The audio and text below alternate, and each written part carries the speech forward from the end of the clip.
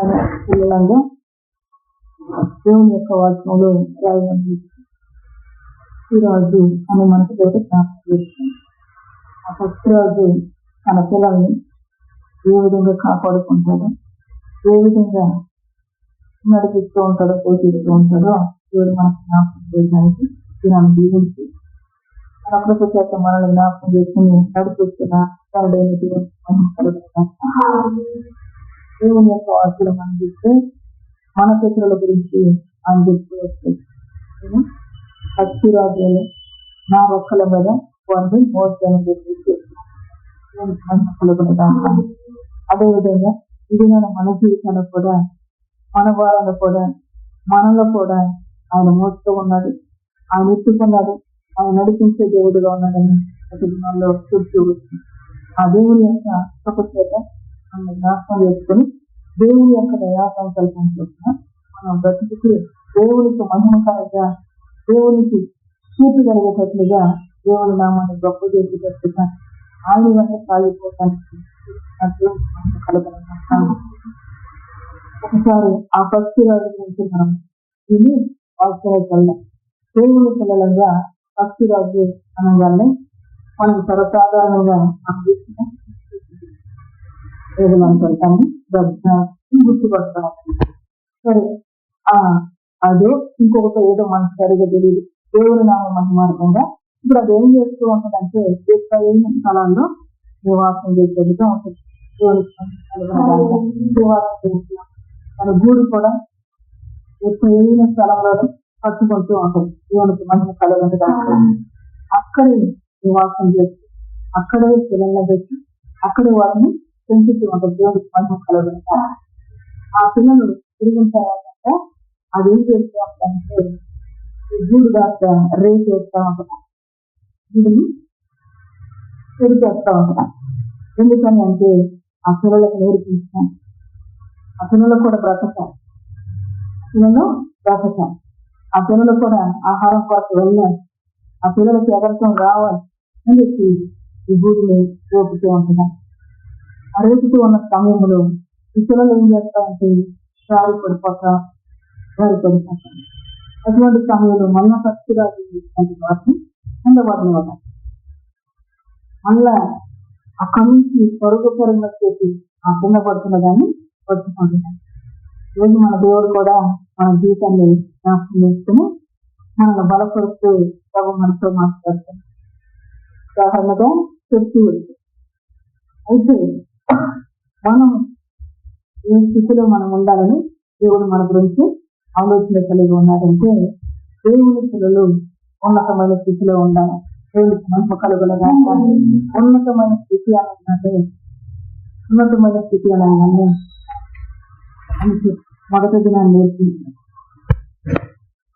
ఉన్నతమైన స్థితి అనగానే మనం అనుకుంటాం అన్ని భోగభాగ్యాన్ని ఆశించాం, అప్పుడు నేను ఉన్నతమైన స్థానము ఉన్నతమైన వ్యక్తిని అని మనం చెప్తాము. క్రమంగా నేర్పిస్తున్నారు కనుక మన దినం చెప్తారు. ఏమి చెప్తూ వస్తాడు? దైవభక్తి గొప్ప లాభసాధం. దైవభక్తి జరిగిన వారంగా మనం ఏ విధంగా ఉండాలో చెప్తుంది. మనలో కలహపడి మనలో మరి దేవునికి ఆయస్కరమైనది మనలో ఉండి భక్తి చేస్తే ఆ భక్తులు లాభం లేదు కనుక వాటిని విడిచిపెట్టుకుంటూ కేవలం అన్న వస్త్రాలు కలిగి బ్రతకటం వీళ్ళను సంతోషిస్తూ దేవునికి మహిమ కలగలుగా ఇవన్నీ విడిచిపెట్టుకోకుండా భాగ్యంతో మనం బ్రతుకుతాం. ఏమేమన్నా ఉందా? ప్రయోజనం ఏమన్నా ఉందా? ఇన్ని రోజులు భక్తి చేస్తాం, ఇప్పుడు 20 సంవత్సరాలు 60 సంవత్సరాలు మనం బ్రతికే మనకు కాబట్టి ఇన్ని రోజులు భక్తి చేసి ప్రయోజనం ఏమన్నా ఉందా అంటే ప్రయోజనం చేకూర్చడానికి దేవుడు మనతో మాట్లాడుతూ దేవుడికి మహిమ కలగాలి. ఆయన ఎవరు అనగా ఆయన ప్రయోజనకారుడు. దేవుడికి మహిమ కలగాలి. ఆ ప్రయోజనాన్ని ఇచ్చే దేవుడు మన జీవితం ఉన్నతమైన స్థితిలో ఉండాలి అంటే దేవుని పిల్లలంగా మనం ఏ భాష్యం కలిగి ఏ రీతిగా మనం ఉండాలి. దేవుని పిల్లలంగా మన యొక్క ఆత్మీయ స్థితి ఆద్యముగా దేవుని ఎదుట కనబడేదిగా ఉండాలి. మన ఆత్మీయ స్థితి మనకు సంతోషాన్ని కలిగించేదిగా ఉండాలి. మన ఆత్మీయ స్థితి మనకే సంతోషాన్ని కలిగించట్లేదు, దుఃఖాన్ని కలిగిస్తూ ఇప్పుడు మనము భాగ్యవంతులము. భాగ్యవంతులు ఏం చేస్తూ ఉంటాడు? సంతోషిస్తూ ఉంటాడు. అయితే భాగ్యవంతులు సంతోషిస్తూ ఉన్నాడు. నీవు దేవుణ్ణి కలిగి ఉన్నాను, ఇది నా భాగ్యము అనుకునే మనము ఆయన ఎందుకు సంతోషించలేక దుఃఖపడుతూ వేదన పడుతూ చింతిస్తూ మరి దేవుని ఇష్టపడలేని స్థితిలో మనం ఉండక ఆయన ఇష్టపడేటట్లుగా మనం ధనం చేస్తూ ఉంటాం. నిన్న ఆయన ఉన్నతంగా బ్రతికించాను. ఉన్నతంగా బ్రతికించే దేవుడు మన జీవితంలో దేవునికి ఏది అయిష్టమో, దేవునికి ఏది ఆయస్కరంగా ఉందో, లేకపోతే దేవుని దృష్టిలో మరి మనం చూసినప్పుడు మనం విలువగా కనబడే వారిగా ఉండటానికి చక్కదిస్తూ ఆయన చెప్తాం. ఇప్పుడు ఎందుకు భక్తురాజు ఎందుకు జ్ఞాపకం చేశాడంటే భక్తురాజు ఏం చేసింది? ఉన్నతమైన స్థితిలో ఉంది. ఉన్నతంగా పక్షులన్నీ అంటే ఉన్నతంగా బ్రతుకుతూ ఉంది. బ్రతికేదాన్ని చూపించి దేవుడు చెప్తూ ఉన్నాడు, నేను నా ప్రజలను భక్తిరాజు తన రెక్కల మీద మోసినట్లుగా నేను మోసాను అంటున్నాడు. ఆ మోసిన దేవుడు మళ్ళా చెప్తున్నాను. చెప్తూ మన జీవితంలో కూడా ఇప్పుడు ఏం చేస్తూ ఉన్నాడు? ఆయన భక్తిరాజు గూడును వేసిన రీతిగాని మన ఆత్మీయ స్థితిని కూడా ఎందుకు అనగా ఆయన శక్తిని దాన్ని బట్టి మనం బ్రతుకుతాం. దేవునికి మహిమ కలుగును. ఇప్పుడు అక్కడ భక్తురాజు ఎందుకు గూడు వేశాడు? పిల్లలు బ్రతుకుతాం.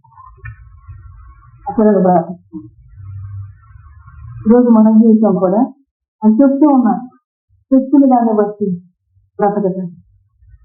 ఆ వీటిలో ముందు మళ్ళ సంబంధించి పెట్టి ఉంటాం.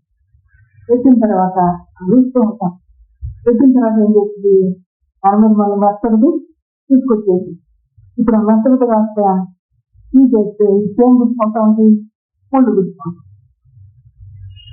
రోజు మన జీవితంలో కూడా దేవునికి మహిమకరంగా మనం బ్రతకడానికి దేవుడే మీ జీవితానికి ఒక ముందుగా ఒక సమస్యను అనుమతిస్తే సమస్య వైపు నువ్వు చూసి బ్రతకటం మర్చిపోవద్దు అని బ్రతకటం నేర్చుకో. దేవునికి మహిమ కలుగునగాక. ముందు గుర్తుకుంటాను అక్కడే నడుతూ ఉంటాను. ప్రత్యేకంగా బ్రతికితే అది బ్రతకటం నేర్చుకోవాలి. నీకు ఒక సమస్య ఒక ముళ్ళుగా ఉంది. ఆ ముళ్ళును బట్టి నువ్వేం తెలుసుకోవాలి? బ్రతకటం నేర్చుకోవాలి. ఆ పిల్లలకు ఎప్పుడైతే నేను చెప్పుకుంటూ ఉంది కొన్ని పైసలేదు, నేను బ్రతకాలి, నేను చనిపోకూడదు, నేను బ్రతకాలి అనేది అక్కడి నుంచి పైసలేదు. నీ ఆత్మీయమైన స్థితి కూడా దేవుడు లేపటానికి, ఈ ఆత్మీయమైన స్థితిని కూడా వృద్ధి చేయడానికి అని జ్ఞాపకం చేస్తూ ఉన్నాడు. దేవునికి మహిమ కలుగును. పరిశుద్ధుడైన పవిత్రుడైన ఆ పరిశుద్ధమైన జీవితాన్ని జీవించడానికి నీకు ఏ శ్రమ లేదు, ఏ యొక్క ముందు నీకు లేదు. లేనప్పుడు ఏం చేస్తూ ఉంటా? రోజు ఉన్నట్టే ఉంటూ ఉంటాం. రోజు ఉన్నట్టే తినేసి మళ్ళీ మనం రోజు చేసినట్టే ఆక్రియ చేస్తూ ఉంటాం. ఏ క్రియ అది? అదే గుర్తు చేసుకోండి. తిమోతి పత్రిక చెప్తుంది,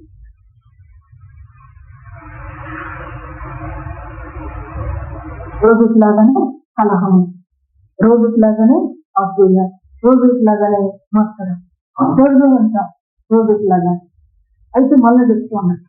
ఇది మన జీవితంలో వాటి ఉంటూ ఉన్నా ఇది మన జీవితంలో ఉంటూ ఉన్నాం. అయితే ప్రభు అంటూ ఉన్నాడు, ఆ రీతిగా మనం ఉండక మన జీవితాన్ని బ్రతుకు నేర్చుకోవడానికి జ్ఞాపకం చేస్తాం. గుర్తుకుంటున్నాం ముళ్ళు గుచ్చుకునే చోటే ఉండక, ముళ్ళు గుచ్చుకునే చోటే ఉండక అక్కడి నుంచి తప్పించుకుని రకరకాలని పిల్లలు ఏ విధంగా బయటకు వెళ్తూ ఉండగా ఆ విధంగా ఇంట్లో నుంచి బయటకు వెళ్ళమంటున్న దేవుడు.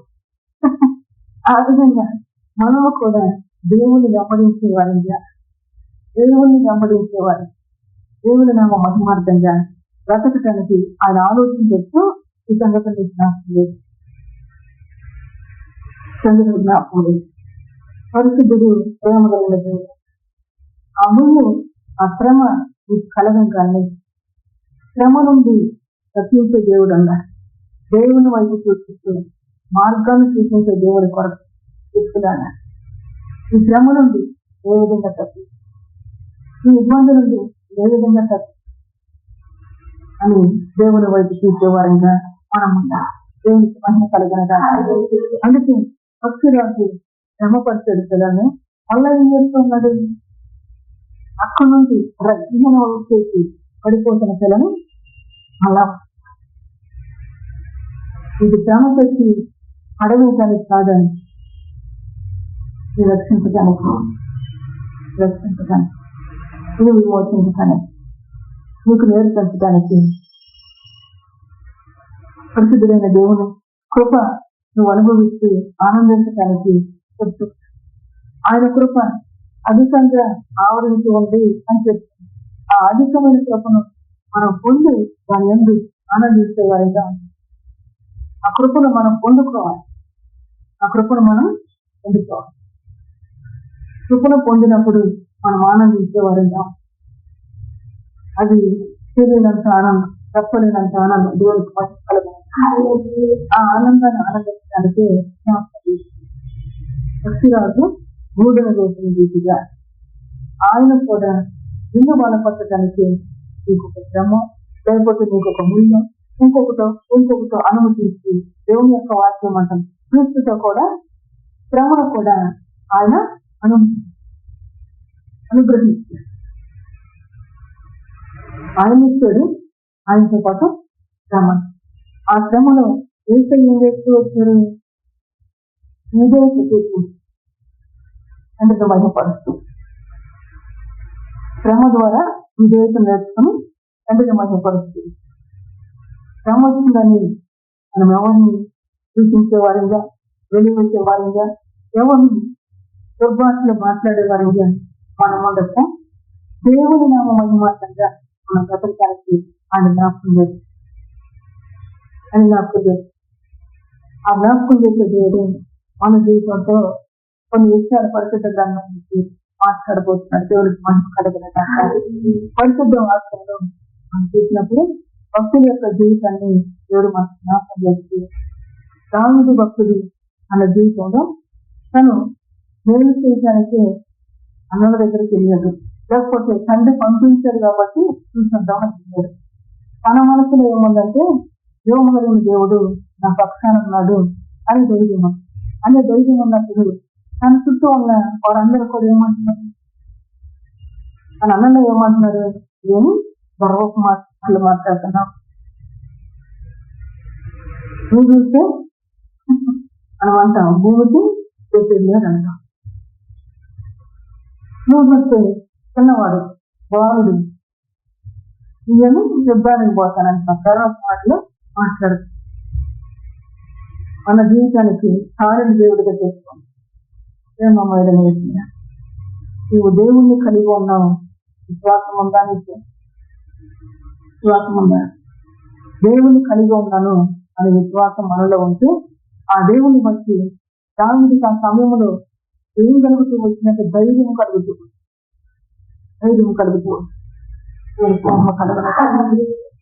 ఆయన ఉన్నాడు అని చెప్పేసి ధైర్యం కలుగుతుంది. ఆయన అంతటి వాడు ఆడమూడల జాయిన్ అన్నాడు. ఆయన దగ్గర ఉన్న ఆయుధాల నుంచి ఇప్పుడు మోసే అంత బరువు ఆయుధాలతో ఆయన వచ్చు నీటి ఉందంట. ఆయనకి యుద్ధ కవచం అంతా ఉంది, ఈ బాలుడికి ఏమీ లేదు. ఆయనను ఈయనకి గుండె నిండా ఏముంది? ధైర్యం అంట. ఏ ధైర్యం అది?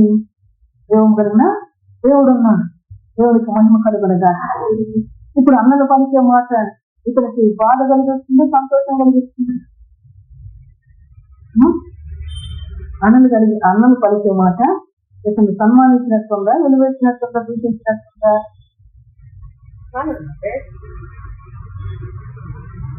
జాగ్రత్తగా వెళ్తే రోజుగా నడిపించడానికి అన్నలు పలికే మాట ఇతని హృదయానికి గుర్తినట్లుగా ఉంది. అయినను ఇతనిలో ఏముంది? దేవుడన్నా, నా పక్కన దేవుడన్నా. ఈరోజు నీకు చెప్తూ ఉన్నాడు, మనకు చెప్తూ ఉన్నాడు, దేవుడు మన జీవితంతో చెప్తూ ఉన్నాడు, నువ్వు ఆయన కలిగిన బిడ్డవు, ఆయన కలిగిన దానను అని మనకు ధైర్యం లేకపోతే మనం ఎప్పుడు కూడా ముందు తీసుకునే పాటే ఉంటాం.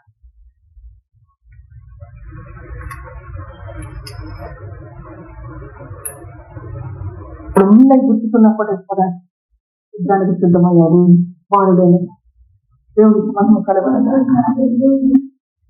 వల్ల జ్ఞాపకం చేసి మనం ఒక 10 మందిని కలిసి నువ్వు దేవుని రాజ్యం ఏమైనా చేస్తాం అని మనం బయలుదేరి మనకు దేవుడు అంటాడు, నువ్వు దేవుని రాజ్యాన్ని నువ్వేమైనా చేస్తే చేసుకో అంటాడు.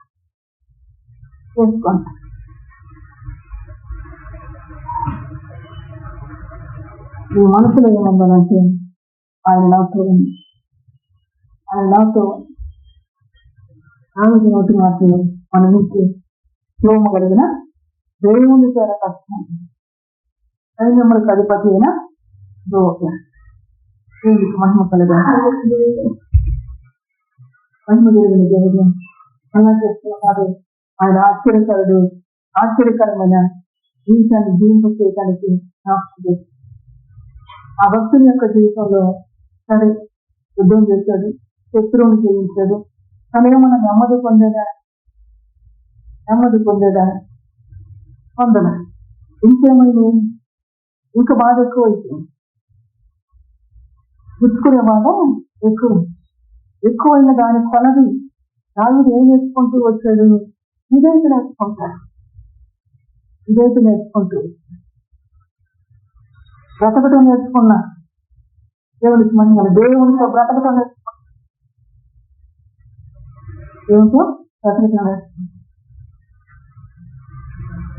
నేర్చుకున్న వ్యక్తి ఏ స్థితికి వెళ్ళాడంటే ఉన్నతమైన స్థితి.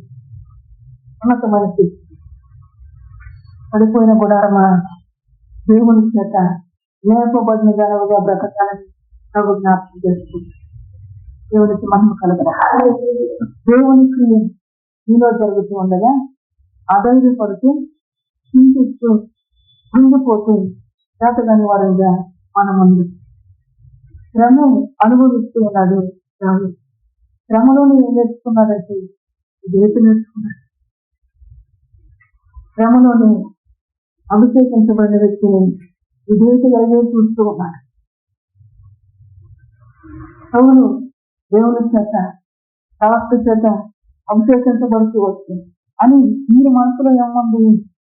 విధేయత. ఆయన నుంచి వినయం ఏముంది? ఆయన నుంచి కలహము లేదు, ఆయన నుంచి మత్సరము లేదు, ఆయన నుంచి అసూయ లేదు. సౌలుకి ఏముంది? అసూయ పడుతున్న వ్యక్తుల నుంచి కూడా దావీదుకి అసూయ. ఈ శ్రమలో ఏం నేర్చుకుంటూ ఉన్నాడంటే దేవుని నీతిని నెరవేర్చి దేవుని నీతిని వెంబడించి నేర్చుకుంటూ వచ్చాడు. దేవునికి మహిమ కలుగుతున్నాడు. నేర్చుకుంటూ ఈ రోజున మనకు చెప్తున్నది ఏంటి? దేవుని దగ్గరికి వచ్చిన మనము ఆ భక్తితో బ్రతక దేవుని యొక్క లేఖనాల్లో మనం చూసినప్పుడు పరిశుద్ధ గ్రంథంలో చూడండి,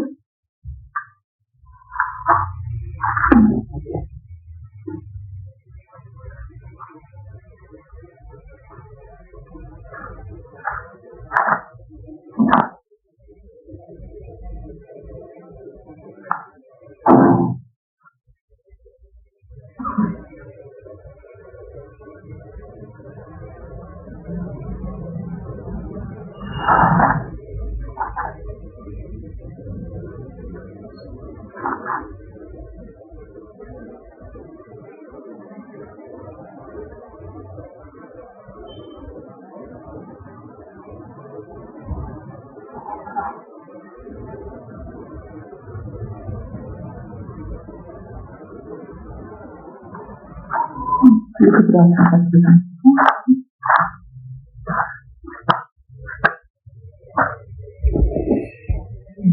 రాసిన పత్రిక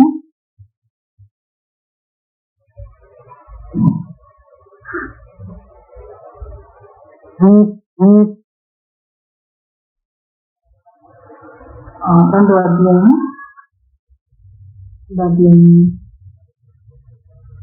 11-12 వచ్చిన చదవమ్మా.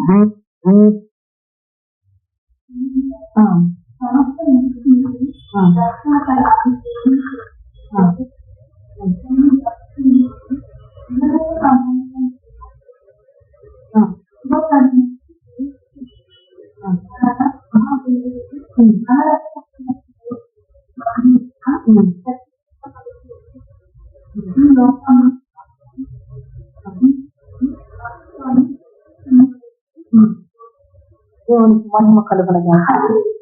మంచి దేవుడుగా చూస్తున్నాం, మహిమోన్నతుడైన దేవుడుగా చూస్తున్నాం.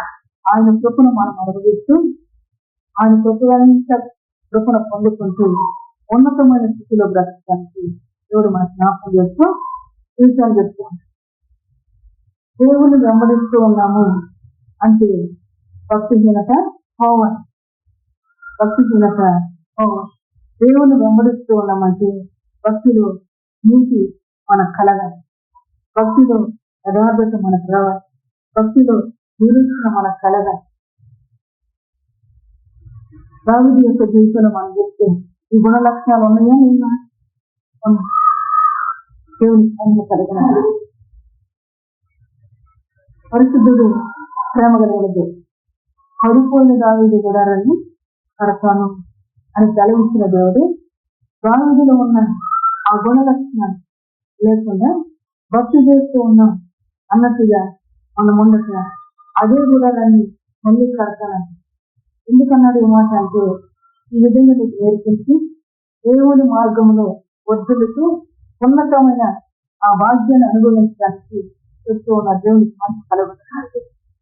పరిశుద్ధ వాక్యాన్ని చదువుతా వస్తారు. అది అధ్యాయము 2వ అధ్యాయం, తీతు పత్రిక 2వ అధ్యాయము. ఎలాగనగా సమస్త మనుషులకు రక్షణకరమైన దేవుని కృప ప్రత్యక్షమై, సమస్త మనుషులకు రక్షణ కలిగించే దేవుని కృప ప్రత్యక్షమై మనము భక్తిహీనతను, ఇకలోక సంబంధమైన దురాశలను విసర్జించి శుభప్రదమైన నిరీక్షణ నిమిత్తము అనగా మహా దేవుడును మన రక్షకుడునైన యేసుక్రీస్తు మహిమ యొక్క ప్రత్యక్షత కొరకు ఎదురు చూస్తూ ఈ లోకములో స్వస్థ బుద్ధితోనూ నీతితోనూ భక్తితోనూ బ్రతుకుతుండవల్లని మనకు బోధిస్తున్నది.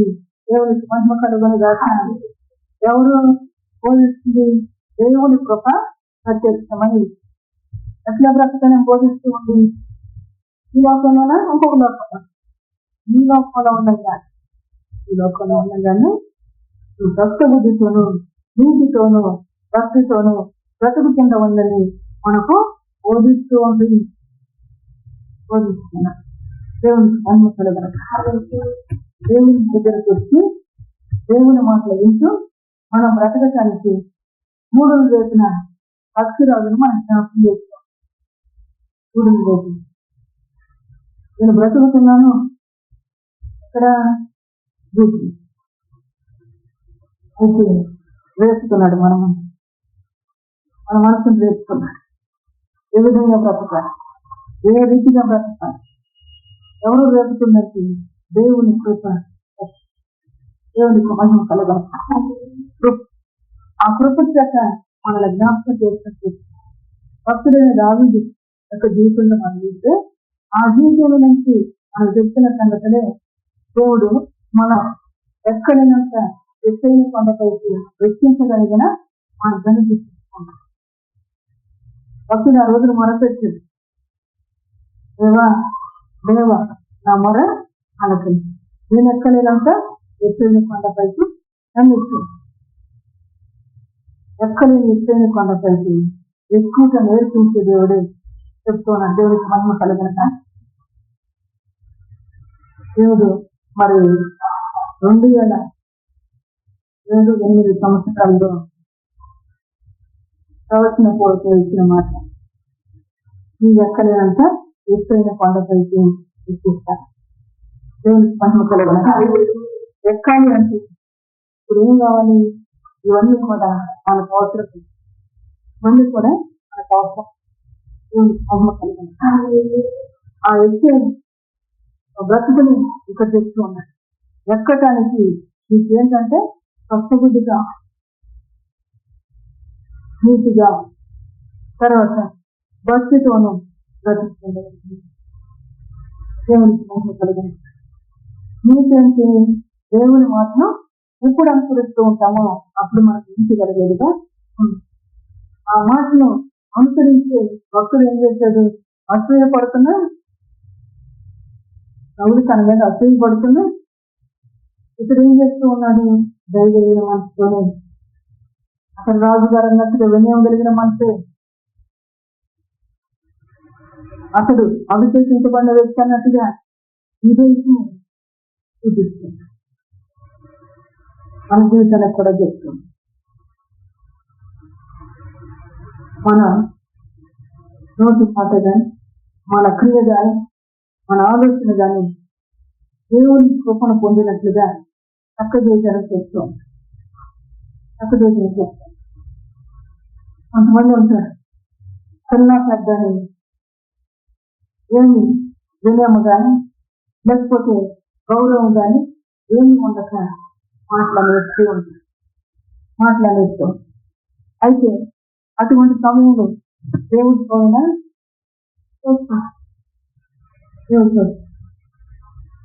చూసి నోటి మాట చేత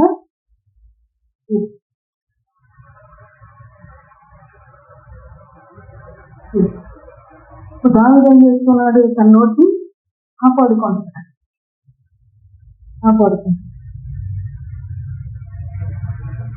కాపాడుకుని నీటితో బ్రతకటానికి అతడు నేర్చుకొని నడుస్తూ ఉన్నాడు. దేవుడికి మహిమ కలిగిన దాన్ని మళ్ళా మనం చెప్తున్నాడు. మరి మన కోపం వస్తే అనమా, మన కోపం తెప్పిస్తే అనమా అనుకుంటాం. దావీదుకి కోపం తెప్పించలేదా? దావీదుని బాధ పెట్టలేదా? దావీదుని వెలివేసినట్లు మాట్లాడలేదా? దావీదుకి నీటితో గుర్తు చంపేయాలని ప్రయత్నం చేస్తలేదా? అయినను ఏం చేస్తున్నాడు? నోటిని కాపాడు. అయినా తన నోటిని కాపాడు. నోటి మాటల ద్వారా కూడా దేవుడికి దావీదు నా హృదయానుసారుడు అన్నాడు. నా హృదయానుసారుడు అన్నాడు. దేవుని హృదయానుసారుడు, దేవుని హృదయానుసారులంగా మన బ్రతకటానికి ఆయన మనకు ఏ మార్గాన్ని చూపిస్తున్నాడు? ఏక మార్గాన్ని చూపిస్తున్నాడు. ఆయనే మార్గం, ఆ మార్గాన్ని చూపిస్తున్నాడు. ఇంకొక మార్గాన్ని చూపిస్తున్నాడు. ఆ హృదయం వెళ్తున్నట్టు, ఆ మార్గంలో ఆయన నడిచినట్టు నడవటానికి ఏక మార్గాన్ని చూపించి ఏక మనసు నుంచి నడిపించే దేవుడిగా ఆయన ఉన్నాడు. ఎందుకు ఆ పని చేస్తున్నాడు? అంత మేలు కలగ, అంత మేలు కలగ మనం సూర్యుల నుండి ప్రత్యేకంగా దేవుడికి మహిమ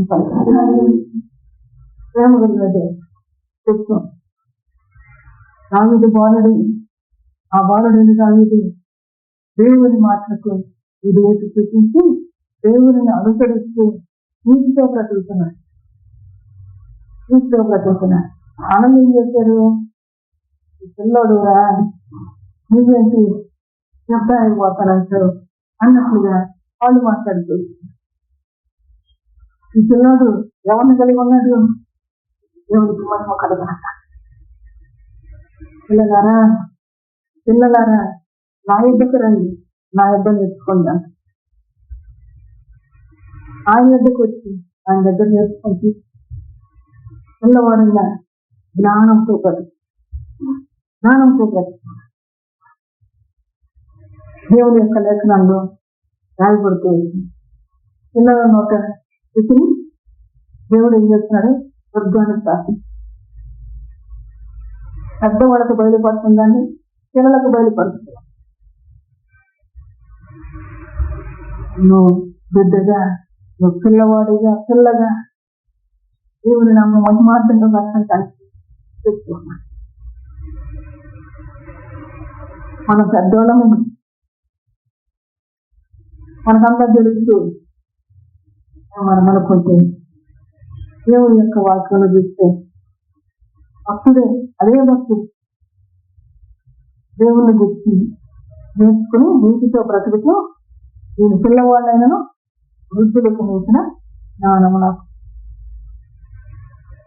వృద్ధుల కంటే జ్ఞానంగా ఈ బ్రతుకు, వృద్ధుల చదువుడే వృద్ధుడే అన్ని చూసిన వాడే అయినను పిల్లవాడు దేవుని అనుసరిస్తూ దేవుని నీతిని అనుసరిస్తూ ఉంటే వాడిని చూసిన జ్ఞానం చూస్తూ దేవునికి మహిమ కలిగిన మంచి దేవుడిగా, మహిమ కలిగిన తండ్రిగా ఆయన చెప్తాను.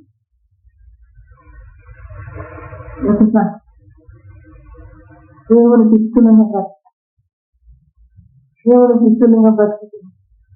నీ బ్రతుకు ద్వారా ఇంటివాడు, నీ బ్రతుకు ద్వారా నీ తోటివాడు, నీ బ్రతుకు ద్వారా దేవుడు బ్రతుకు. దేవునికి మహిమ కలుగునగా. ఇప్పుడు దావీదు దేవుని బట్టి నడుస్తున్నాడు, దేవుడి యొక్క వాక్యాన్ని బట్టి నడుస్తున్నాడు. దేవునికి మహిమ కలుగునగా. దేవునికి నిజంగా దేవునికి భయపడుతుంది. సౌలుని చంపటానికి అవకాశం వచ్చిన సౌలుని ఏం మాట్లాడు చంపలే.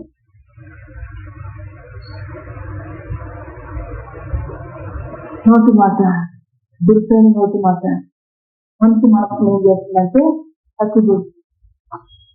హత్య చేసి మనం ఉన్నాం.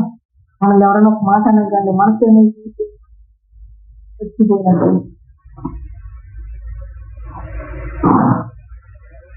హత్య చేయవారు దేవుని లేఖనాలు రావు, వారి నోటి మాటను కత్తిపోటు వంటి వారు.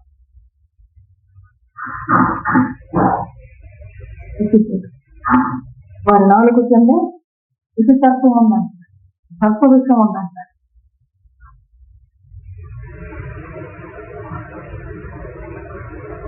నేనేమంటున్నా, నేనేం అసలేదు కదా అని మనం ఆ మాట కట్టిపోతున్నాను. దావీదు తన నోటిని కాపాడుకునే ఆ సౌలు దగ్గర తెలియదు, వస్త్రపు చెందుకు తెచ్చుకున్నాడు. ఆయనను నోటి మాట ద్వారా కానీ తను ఏ రీతిగా పాపం చేశాడు. దేవునికి మహిమకరంగా ప్రతిష్ఠి, దేవునికి మహిమ కలుగునగా. దావీదుకి ఏముంటుంది? దావీదుకి శ్రమలో కూడా అతడు ఏం చేస్తూ వచ్చాడు? వీటిని అనుసరించి ఈరోజు దైవ ప్రత్యక్షతతో దేవుడు మనకు కూడా చెప్తుంది ఈ విధంగా బ్రతకాలండి అని చెబుతున్నా.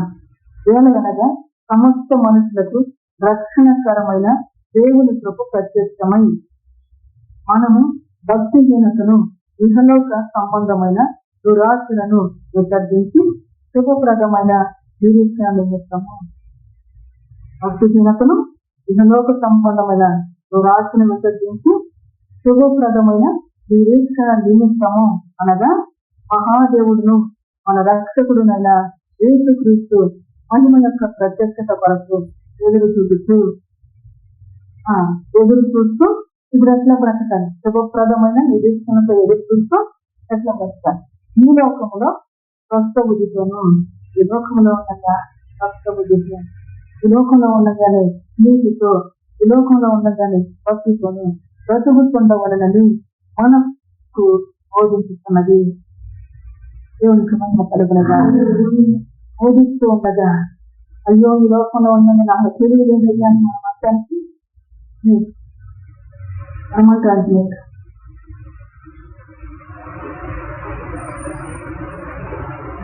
దేవునికి మహిమ కలిగిన దేవునికి మహిమకరంగా చెప్తున్నాం.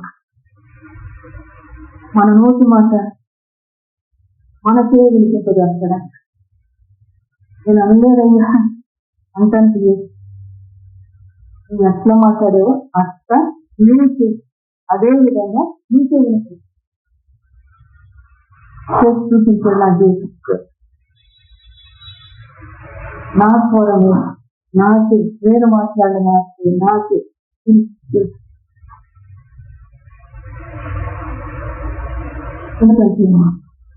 జాగ్రత్తగా మనం ఉండటానికి జాగ్రత్త మంచి దేవుడు మహిమ కలిగినది కనుక ఆయన మనల్ని సరిచేస్తూ ఉన్నప్పుడు ఆ కృప ప్రత్యక్షమై మనం బ్రతకమని ఈ విధంగా నేర్పిస్తూ ఉన్నప్పుడు బ్రతికే వారిగా నేర్చుకుని ఆయన వంట సాగిపోయే వారిగా ఉండటానికి చేస్తున్నారు. దేవుడికి మహిమ కలగనగా మంచి దేవుడుగా ఇంకా జ్ఞాపకం చేస్తూ ఉన్నారు. ఈ స్వస్థ బుద్ధి ఎవరు ఇస్తారు? దేవుని వాక్యము, దేవుని వాక్యము, వాక్యం ద్వారానే దేవునికి మహిమ కలిగిన దాకా వాక్యం ద్వారానే స్వస్థ బుద్ధి మనకు కలిగి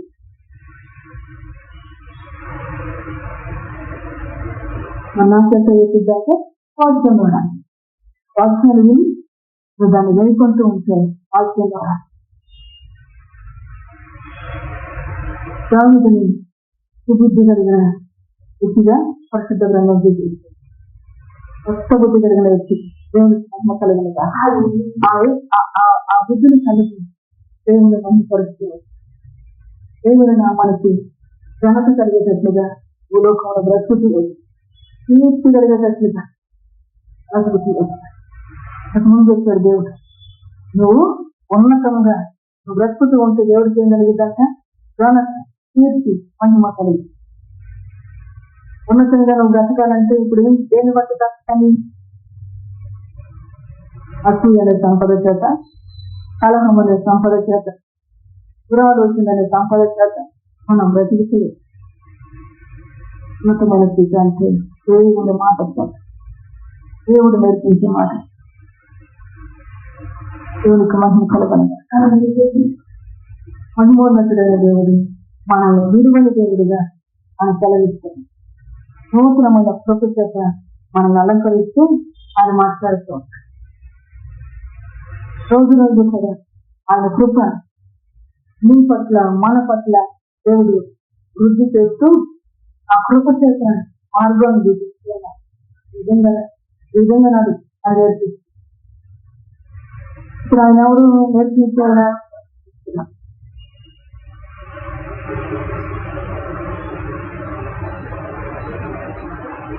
అని చెప్తుంది. ఇప్పుడు వాక్యం నన్ను గుర్తుంది, నాకే తగిలింది అని అంటే ముందు గుర్తుకున్న చోట నుంచి నడవటం, ఎగరటం, ఆయుష్ నడవటం, ఆహారం సంపాదించుకోవటం, భుజించటం, నేర్చుకుని బ్రతికేవా ఇంకా దేవుడికి మహిమ. దేవుని బిడ్డగా అలా చెప్తాను, నీవు బ్రతుకుతూ నీ ఎదుటనున్న వారిని, నీ తోటి వారిని దేవుడు నాడు అని చెప్పి బ్రతికించడానికి ఈ సంవత్సరం జ్ఞాపకం చేస్తాను. దావీదు భక్తుని యొక్క జీవితంలో మనం చేస్తాం. దావీదు ఒక ఉన్నతమైన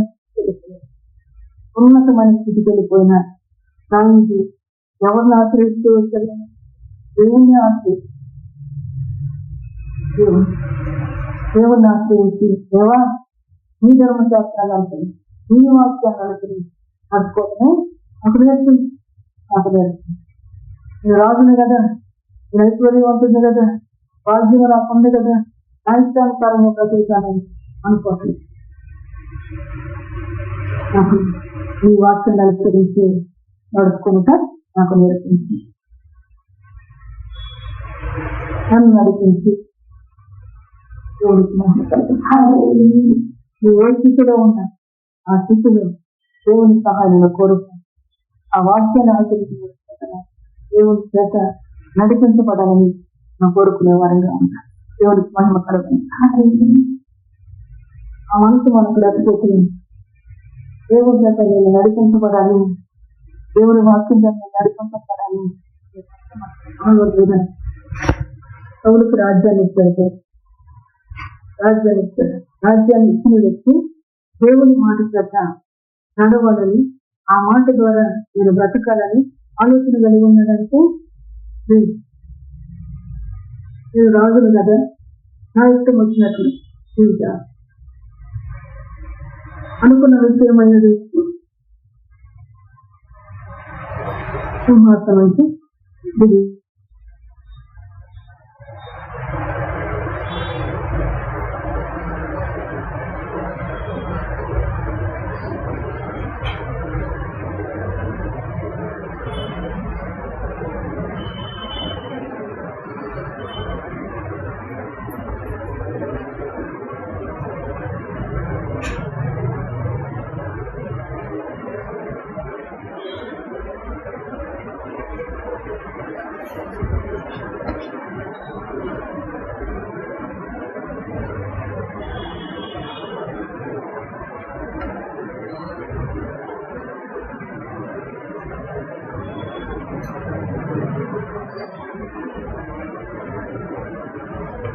దేవునికి మహిమ కలగలగా అందరికి అదే రాత్రి వచ్చింది. వేల అనగా సమస్త మనుషులకి అందరికి రక్షణ దేవునికి మంచి దేవుడిగా, ఉన్నతుడైన దేవుడిగా, ఆశ్రయదుర్గమైన దేవుడిగా, నిత్య ఆశ్రయదుర్గమైన దేవుడిగా అది సహాయం చేసి ఉద్యోగ వాక్యాన్ని మనకు అనుగ్రహిస్తుంది. ఈ వాక్యం మనల్ని జీవింపజేసిందా, చంపేసిందా? జీవింపజేసి మంచి దేవుడిగా మన మిత్రుడు యెహోషువ దేవుని యొక్క నడిపింపును చూసి ఆయన నడిపించిన దాన్ని అంతటిని బట్టి నేను ఆయన్ని సేవిస్తాను, నేను నా ఇంటి వారు ఆయన్నే సేవిస్తాను. ఆయన నడిపిస్తుంది. దేవునికి మహిమ కలుగుతుంది. ఆయన నడిపిస్తూ ఉన్నప్పుడు ఇప్పుడు ఎవరిని సేవిస్తాం?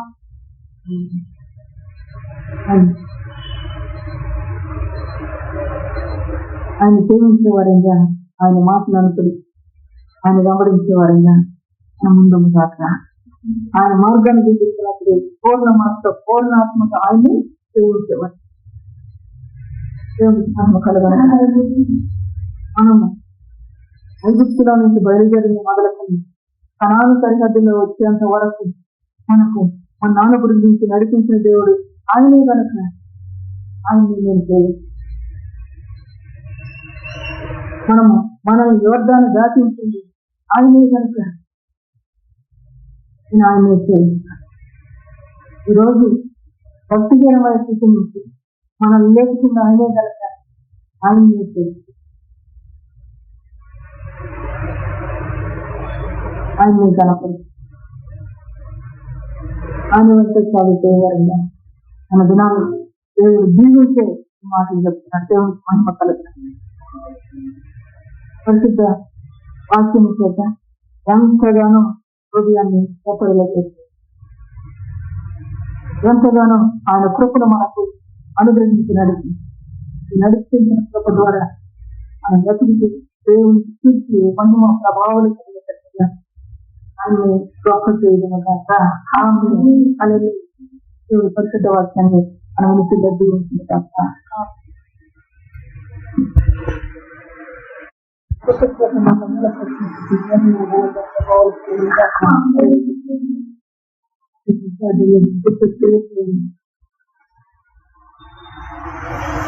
స్తోత్రం స్తోత్రం స్తోత్రం స్తోత్రం స్తోత్రం స్తోత్రం స్తోత్రం స్తోత్రం స్తోత్రం స్తోత్రం స్తోత్రం స్తోత్రం స్తోత్రం స్తోత్రం పరిశుద్ధుడా పరిశుద్ధుడా పరిశుద్ధుడా పరిశుద్ధుడా పరిశుద్ధుడా పరిశుద్ధుడా పరిశుద్ధుడా పరిశుద్ధుడా పరిశుద్ధుడా పరిశుద్ధుడా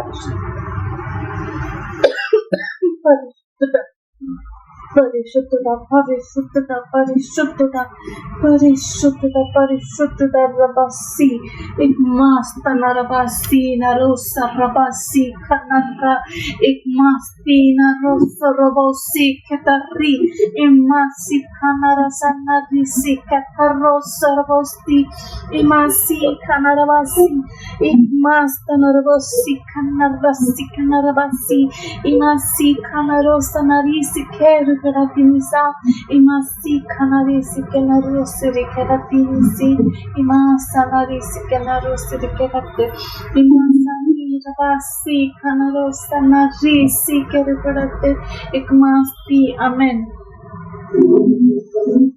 దేవుని కృపను అనుభవించి